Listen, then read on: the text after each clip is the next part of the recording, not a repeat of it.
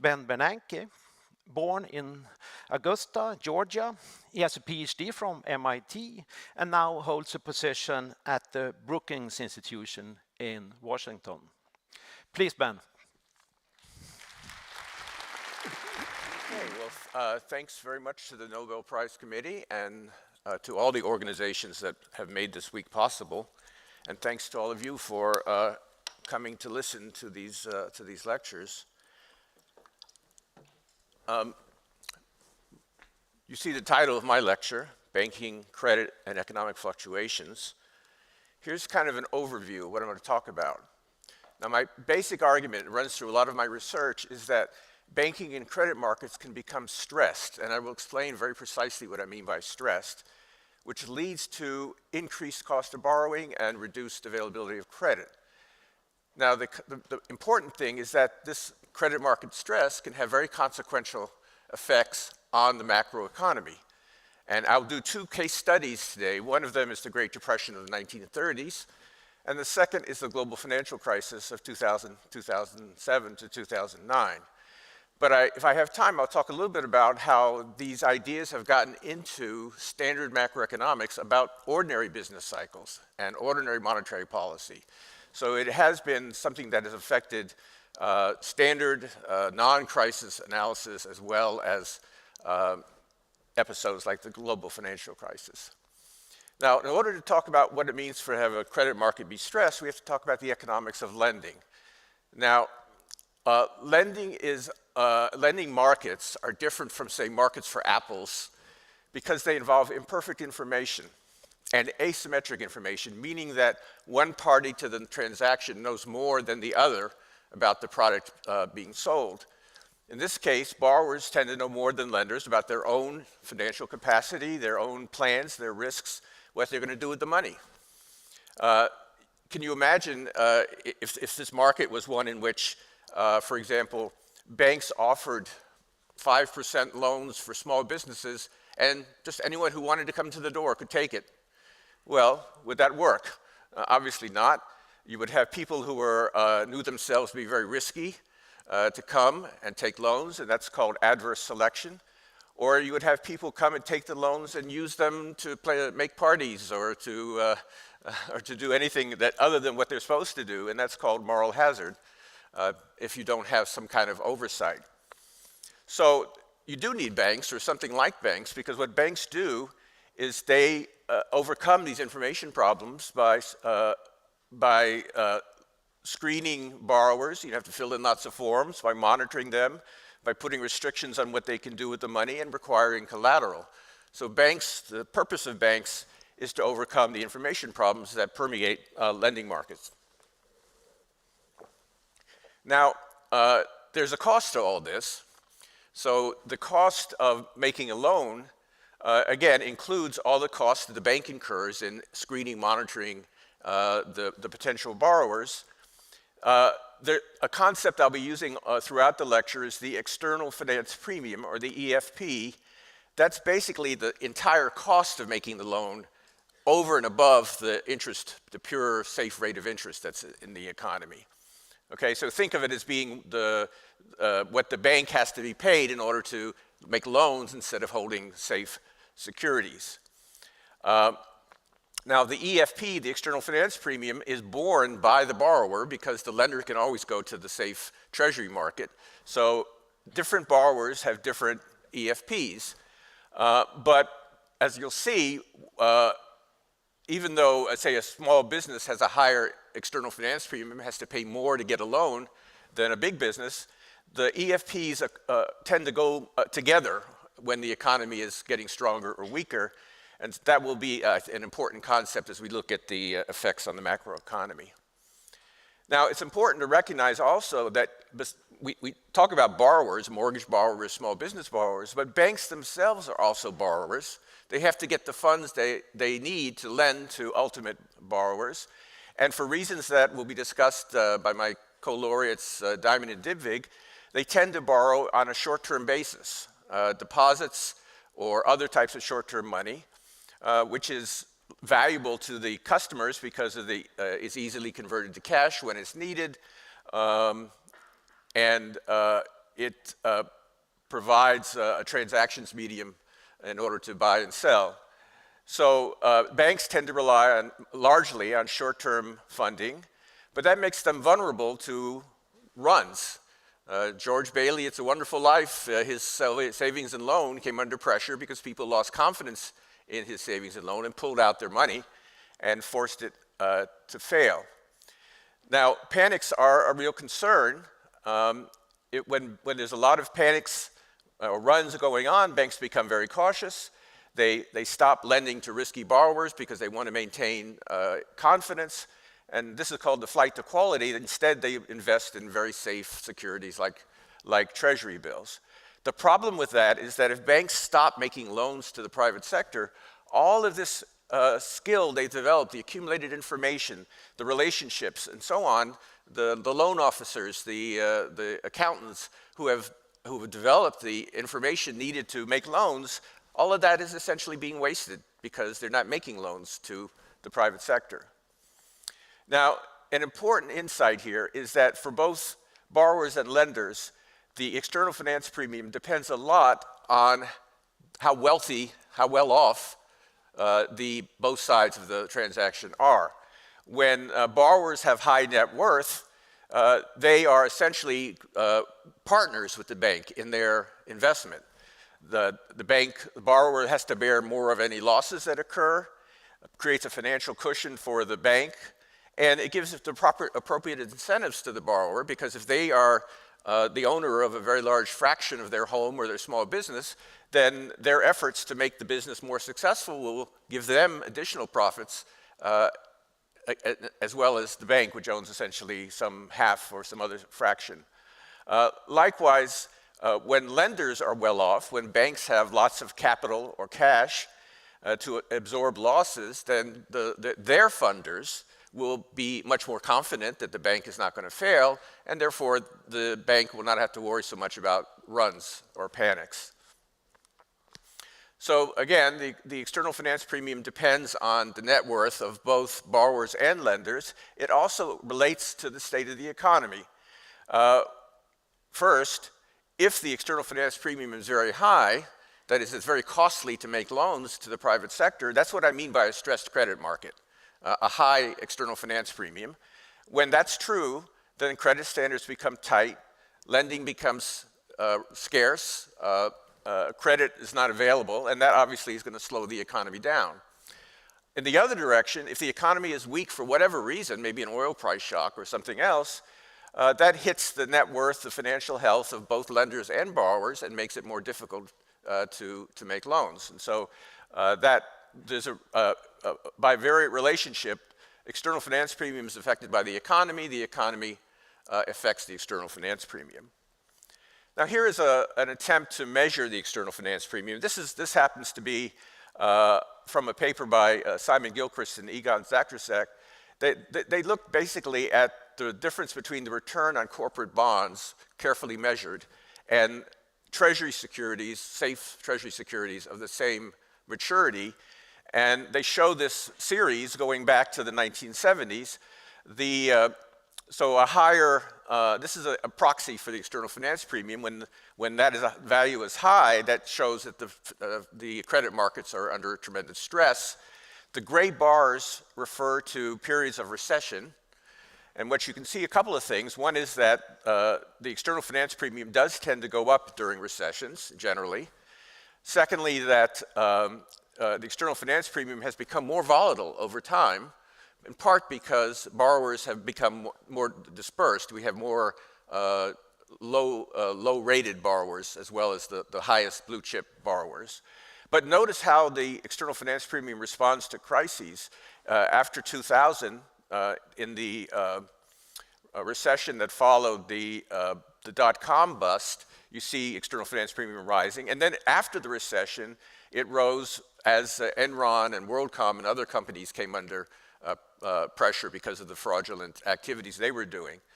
Now, if you want to see a really high external finance premium, take a look at the global financial crisis in 2007 and 2009. This was saying basically if credit markets were shutting down completely during this period.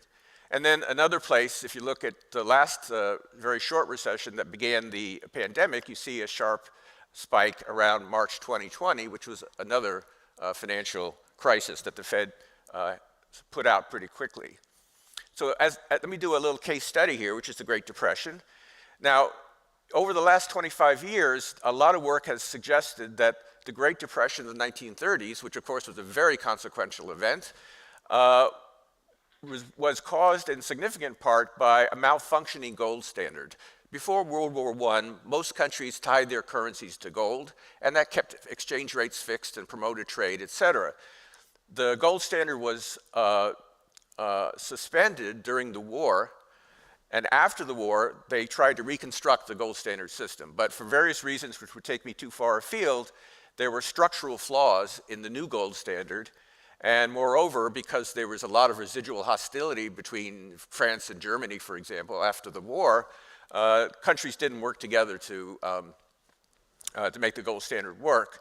And so the gold standard collapsed in the late 20s and early 30s. It brought down the money supplies around the world, and that in turn brought down prices. So we're having inflation today. Well, in the 1930s, they had deflation. Prices were falling. And some evidence that the gold standard was important, and I've worked on this myself. I've been very interested in the Depression for a long time. But very simple evidence is that countries that, for whatever reason, left the gold standard relatively earlier, like Great Britain, Japan, and the Scandinavian countries, recovered from the Depression much more quickly than those that stayed on the gold standard late into the 1930s, like France and Switzerland. So that's become a very central idea in the explanation of the Depression, but there's still problems and questions to be answered. What was the mechanism? Why did deflations lead to big declines in output? Why was the recovery so slow in the United States and other countries? Well, I would argue that the credit market stress, along with the gold standard, was a very important cause of the Depression. There was certainly a lot of credit market stress in the 1930s. In the United States, we had something at that time of something like 25,000 banks. We had very large numbers of very small banks, a few large ones. About 40% of those banks disappeared between 1929 and 1933. By disappeared, they failed, closed, or were absorbed by other banks. And that happened because there was massive runs, bank runs, where people lost confidence in the banks and pulled out their money, and that made banks, of course, the ones that were closed couldn't make loans, obviously, and the ones that survived became extremely cautious, being very reluctant to make loans to the economy. Likewise, on the debtor side, there was massive insolvency and delinquency. Let me point to these first two bullets here. The first one is a survey in 1933 looking at 22 cities showed mortgage delinquency rates ranging from 21% to 62% of homeowners were behind on their payments. Secondly, about half of all farm mortgage debt was delinquent in 1933. So this is far worse than what we saw after the global financial crisis. Private borrowers were in very bad shape and unable to make payments on their loans. And surveys of banks showed that what they were trying to do was not to make loans, but rather to liquidate the existing loans, call them in, and to refuse to make any new loans except to the very safest borrowers, of which there weren't that many. So between what was happening to the banks, the runs, and what was happening to borrowers, the credit market was basically shutting down. Now, this helps explain a lot of interesting facts about the Depression. I won't go through all of these, but let me talk about the last four quickly. First, in the United States, there was a 30% decline in prices between 1931 and 33. Why was that so damaging? Well, one of the reasons was the effects on borrowers. Suppose you're a farmer, you owe a certain amount every month on your mortgage, and the prices of the things you grow, your commodity prices, are falling by 30, 40, 50, 60%. How are you going to make your payments? You're going to go into default. So the decline in prices had its effects on the economy by putting many borrowers into very bad situations. A strong recovery began in 1933 when Franklin Roosevelt became president. In my opinion, Roosevelt did exactly two things that made the economy better. All the programs, all the Works Project Administration, all that stuff was small potatoes. What was important was first that he weakened or eliminated the relationship of the dollar to gold, got off the gold standard. That was very important. But the other thing he did was he stabilized the banking system. Shortly after he became president, he called a, quote, a bank holiday, and all the banks had to shut down. And he promised the American public that they wouldn't open up until the government had inspected them and was confident that they were in viable condition. And then the Congress passed deposit insurance, so that small depositors would be guaranteed that even if their bank failed, the government would pay them off. And that led instantaneously to a stabilization of the banking system. And that, of course, as the banking system became workable, that led to lead to recovery. Now, the recovery also, even after going off the gold in 1933, the recovery was very slow. When the United States entered World War II in late 1941, the unemployment rate was still 15% in the United States, very high. So it was a very slow recovery. Why? Well, I would argue that on the one hand, banks, although they were no longer failing, they were still very, very cautious. And borrowers were still in very, very bad financial shape. It took a long time for them to work out their debt problems. And for that reason, credit was constricted, and that kept the economy from recovering more quickly. And finally, just some other work that I did with a historian at Princeton named Harold James. We looked at 24 different countries and compared them how serious their banking crises were. And we found evidence that all else equal, that countries where the banking system remained stable, and that included Sweden, Japan, the Netherlands, that they did better than countries where there were severe banking crises like Germany, Austria, and the United States. So clearly across countries there was some evidence that the collapse of the banking system was a cause of the Depression. Second case study, the Great Recession of 2007-2009. I argued that the Depression was the product of really two main forces, the gold standard and the financial crisis, or the breakdown of credit markets. I'm going to argue that the breakdown of credit markets was basically the main reason for the 2007-2009 recession and for the very slow recovery that followed. Now, there were changes in the financial system between 1929 and 2007. In the United States, many financial institutions that were not officially banks grew up. Mortgage companies, consumer finance companies, investment banks, money market mutual funds, securitizations, off-balance sheet vehicles. I could go on for a while. All these companies or vehicles were created that did lending or held credit instruments, but they were not banks. And the fact that they were not banks meant that they were not eligible for deposit insurance.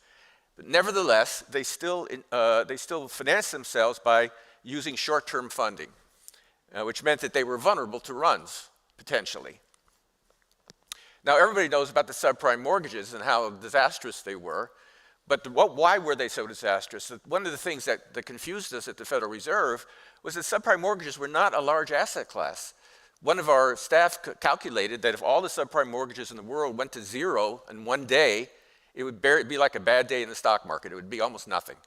The reason the subprime mortgages were so damaging was because they were sprinkled essentially throughout the financial system. They were held in the portfolios of banks and shadow banks. There were many derivative instruments that were tied to subprime mortgages. There were securitizations that included subprime mortgages, and on and on and on. And what happened was that the investors, particularly in shadow banks, but also in commercial chartered banks, became very fearful that their particular institution was very exposed to subprime and other bad mortgages. And so there was an ongoing run, maybe a slow run in some cases, on these types of institutions, which in turn led them to dump their assets on the market because they didn't have the cash to make those loans, which led to what's called fire sales.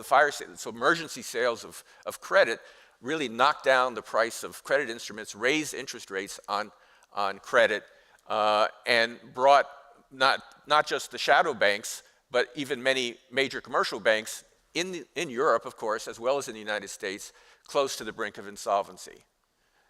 Now, borrowers did come under great stress in the global financial crisis. In the United States, there was a housing bubble. When the housing bubble burst, then many mortgage holders or homeowners were, quote, underwater. That is, their mortgage value was bigger than the price of their house. And so in the United States, when that happens, you can go to the bank and say, here's the key, I'm leaving. You know, you don't have to pay off the remaining part, and that happened a lot. Delinquency rates rose sharply, and people stopped spending. Consumer spending dropped. There was also a lot of delinquency among businesses, but even, of course, the small businesses were badly hit because they couldn't get credit, but even very large businesses had difficulty. You may remember that the US government had to rescue General Motors and Chrysler because they were about to fail. So, as in the Depression, the stress of credit markets led to the downturn. I would argue that the very severe recession of 2007, 2009, and the slow recovery. Now, there's no particular reason why, on the one hand, the lender's side or the borrower's side should be the most important, but I would argue that in this particular episode, 2007, 2009, the global financial crisis, it was the financial panic that put the financial markets and financial institutions on the brink of failure that was the more important factor in terms of why the recession was so bad. Particularly after Lehman Brothers collapsed in September of 2008, there was basically a complete shutdown of our financial lenders, financial institutions, and that had, of course, very, very negative effects on the economy. A bit of evidence here from a paper I wrote in 2018 at the Brookings Institution. The black line shows you the actual path of US GDP, real GDP. The gray bar is the recession, so you can see GDP falling during the recession. The blue line, which I call panic indicators, that is essentially the forecast of output that comes when you use variables related to the financial panic, the things that were affecting lenders, like the cost of funds to banks, for example, or the price of credit securitizations. And what you can see, and these are actually very far ahead forecasts, the panic indicators, that is the indicators of stress in the lenders, forecast the GDP extremely well. Whereas what I call the delinquency indicators, which are measures of what rate of the mortgage borrowers were failing to pay, is correlated with the actual GDP, but is much weaker. So I'm not saying this is a general result, but in this particular episode, it was the crisis on Wall Street that was more important than the stress, as dangerous and as damaging as it was, on consumers and homeowners. So what are the implications of that? Well, one of them is that if the financial system is collapsing, in the 1930s, until Roosevelt, they didn't do anything about it. So it went on, and it brought the credit markets down. One of the lessons I think we learned from the Depression is we have to not allow that to happen.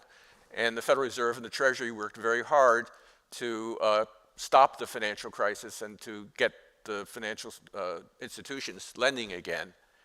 Now that's after the fact. That's after you have the crisis. It's better not to have the crisis in the first place.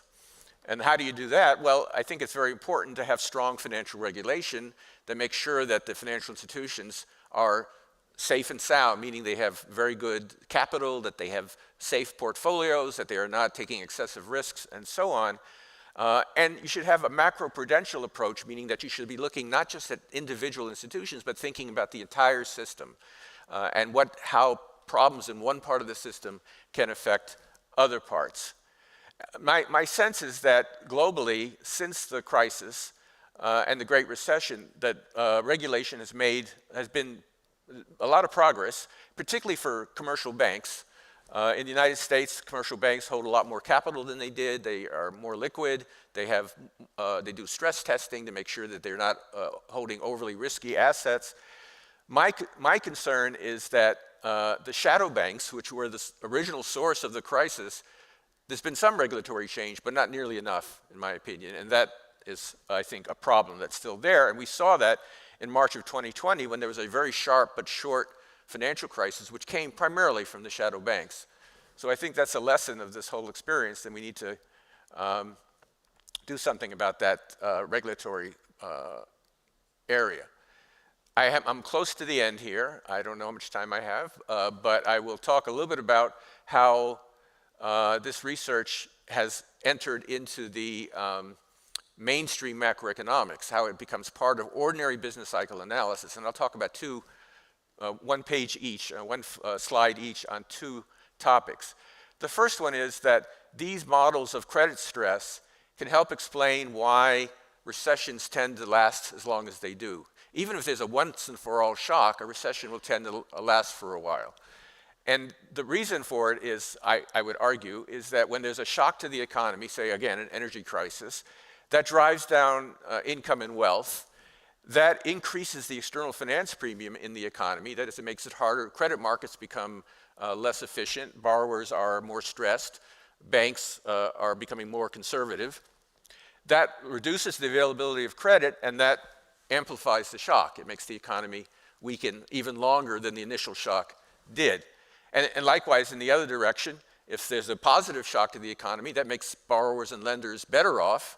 That reduces the external finance premium and makes the economy even stronger. So credit factors or stress in credit markets tend to amplify ordinary recessions and ordinary booms, a phenomenon which we have dubbed, my co-authors and I, Mark Gertler and Simon Gilchrist, have dubbed the financial accelerator, because the financial markets accelerate the effects of shocks on the economy. And Mark and Simon and I have created a econometric macro model that incorporates these factors and found that we could better match the data, match the actual behavior of the economy with a model like that. A second thing that we've done that related to ordinary macroeconomics is looking at how monetary policy affects the economy. Monetary policy seems to be quite powerful. And there are periods where it has had very big effects, particularly during tightening episodes. And that's a little puzzling because, for example, studies of big firms' investment show that they're not that responsive to short-term interest rates. So what is it that's making the economy slow down when the Fed raises interest rates or the Riksbank raises interest rates? Well, these theories give us something called the credit channel of monetary policy. And the idea, once again, is that if the Fed raises interest rates and slows the economy, that's going to tend to raise the external finance premium by making borrowers and lenders worse off, by reducing employment, by reducing profits, and so on. And that, in turn, will affect the economy. So that's a channel through which monetary policy can affect the economy. So that's another place where these theories have been, I think, helpful in understanding the ordinary macroeconomy. So I'm come to my conclusion, which is that first, a lot of this might sound very familiar to you by now, but when I was 40 years ago, when I was 29 years old and I wrote the paper that was cited by the Nobel Committee, there was very little attention paid to financial instability as a factor in macroeconomics. George Akerlof, a Nobel winner, wrote a very interesting historical paper arguing that the macro schools of thought, like the Keynesian school of thought, for example, had no place for financial instability as one of the factors affecting the economy. So in particular, and I tell you this from personal experience, when the financial crisis hit in 2008, the Federal Reserve's models consistently underestimated the impact on the economy because they were not prepared to take into account the full effect of stressed credit markets. So obviously, to understand the effects of financial crises on the economy, we have to understand these relationships. And as I've argued, that looking at variations in the effectiveness of credit markets can also help us understand more normal circumstances. Right now the Fed is tightening interest rates. That presumably is making credit markets more stressed. That is one of the reasons why our economy in the United States is slowing down. Now, the last point I want to make is that there is a policy implication of all this, which is that we need to avoid unnecessary deteriorations in credit markets. That involves, first of all, before the fact, before the crisis happens, it involves monitoring and effective regulation that makes the financial system more resistant to shocks. And I'm a big pro, I mean, regulation of the financial system, I think, is very different from regulating other industries. It's a very special industry. It requires a particular type of oversight. I think it's very important to have adequate oversight to make sure that you minimize the risk of major breakdowns. And then on the other side, occasionally, of course, financial crises do happen. There have been financial crises ever since the Romans, so that's a long time ago. So they do happen, and when they happen, we need to have good tools to deal with them. So just to give one example, the Dodd-Frank reforms of 2010 included something called a liquidation authority, which would allow the Fed and the Treasury and the FDIC to, quote unquote, safely wind down a failing financial firm in a way that didn't have so much damaging effect on the rest of the financial system. So having tools ex post to fight the crisis is equally important. So those are some of the implications of the stress and credit markets perspective, and how it can have both major effects like the Depression or the global financial crisis, or more moderate effects in standard business cycles. Thank you.